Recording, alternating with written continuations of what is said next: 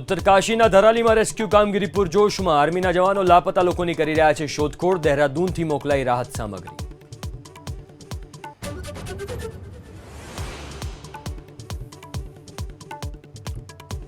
બિહારમાં મતદાર કાર્ડ ઉપર રાજકીય ઘમાસાણ. તેજસ્વી યાદવના આરોપ પર વિજય સિન્હાનો જવાબ. નામ હટાવવા માટે અરજી આપ્યાનો દાવો.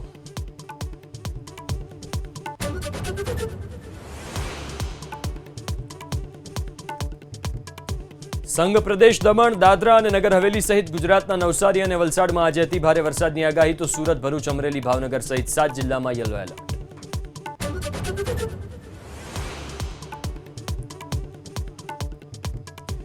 પૂરપાટ ઝડપે કાર હોટલમાં ઘૂસી. દ્વારકા જામનગર રોડ ઉપર ઘટના સીસીટીવીમાં કેદ. હોટલમાં કોઈ હાજર ન હોવાથી મોટી દુર્ઘટના ટળી.